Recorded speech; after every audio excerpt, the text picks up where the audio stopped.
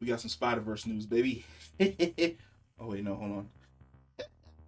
It's like we weren't centered at all. All right, so I've been holding off on making this particular video about Miles G. Morales, who's the Prowler of Earth 42, because I really wanted more information to come in before I made the video and then discovered that everything that I said was wrong. So, in regards to Miles G. Morales, the Prowler, this is from the official art book for Spider-Man Across the Spider-Verse.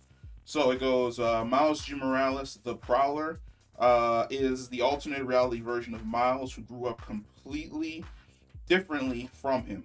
This version of the character was never bitten by a radioactive spider and doesn't have any superpowers, but he has fallen into the role of becoming the Vigilante, the Prowler. Under the tutelage of his uncle Aaron, Miles comes face to face with this other version of himself and realizes that because one thing dropped the other way, everything has changed due to the butterfly effect, where one small change can later result in larger changes to a deterministic nonlinear system. In this case, an entire reality, says director Justin K. Thompson. Internally, we decided to call this parallel world version Miles G. Morales to avoid confusion. That means that a lot of the themes for the character that we only got snippets of, because there were a lot of visual choices when we initially saw the character on screen that I said really screamed back to our version of Miles. When we see the Prowler, he's up in the rafters in essentially a Spider-Man pose. He even drops down from the rafters the way in which a Spider-Man character would. And his entire attitude really didn't seem as though he was out to kill Miles. It seemed as though he was more interested in exactly where Miles came from, which is why one of the questions he asked Miles when he has Miles chained up is your father still alive?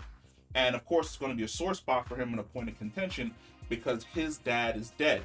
But because both our Miles and that Miles are basically parallels of one another, our Miles was studying the idea of the multiverse, and he wanted to chase us, basically learning more about the multiverse so that he can visit his multiversal friends, especially get to Gwen's universe so he can visit her in her universe with no problems whatsoever.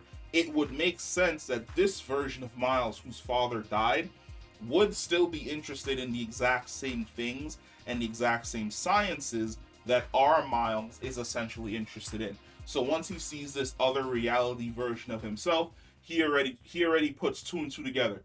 He's not from my universe, he's from another universe, and in this universe, he didn't become the Prowler. His dad's still alive, so he's this weird Spider-Man type hero. And I really can't wait to see the story that we're essentially going to get in regards to Miles G. Morales in this new universe and our Miles, because it really seems as though the not even maybe the entirety of the story, but maybe the first act of Beyond the Spider-Verse is going to take place in, or should I say on, Earth 42, with Miles and the Spider Gang essentially teaming up to help this vigilante hero version of Miles defeat whoever his major villains are and kind of clean up the city so that they can, or at least our Miles can make reparations for the fact that he basically usurped and stole that Miles's destiny.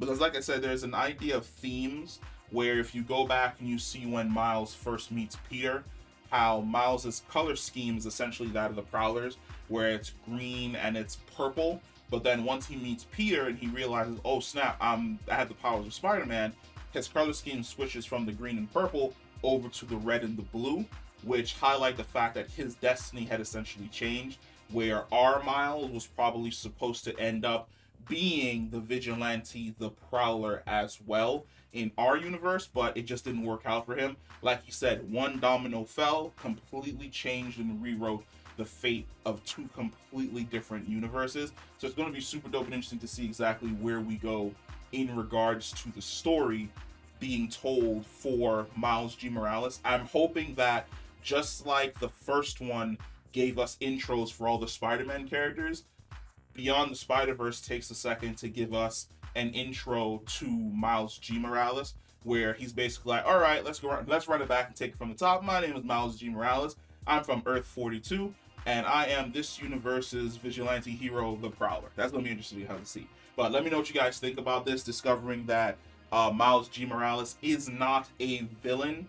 He is a vigilante. He is a hero in his own universe, even though it kind of feels though they were trying to set that up, trying to bamboozle us, send us down the wrong path. It's interesting to discover that we're going to be dealing with another version who's also a hero of Miles, who might be a little bit rough around the edges. Instead of a Superman, instead of a Spider-Man-like character, we're probably going to be leaning more towards a Batman-like character, where this version of Miles runs around, he puts the fear of God into people to put them basically back on the straight and narrow. But yeah, comment down below, let me know what you think, and I will catch you in the next one. Peace.